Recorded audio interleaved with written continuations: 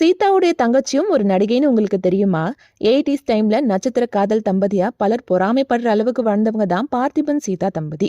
கல்யாணத்துக்கு பிறகு நடிப்புக்கு good bye சொன்ன சீதாவை தமிழ் சினிமாவும் ரசிகர்களும் ரொம்பவே மிஸ் பண்ணாங்க. யார் கண்ணு பட்டுச்சோ கருத்து வேறுபாடு காரணமா பார்த்திபனும் சீதாவும் டைவர்ஸ் வாங்கி பிரிஞ்சாங்க. இப்ப என்ன விஷயம்னா, நடிகை சீதா என்னோட அக்கான்னு ஒரு நடிகை சொல்லியிருக்காங்க.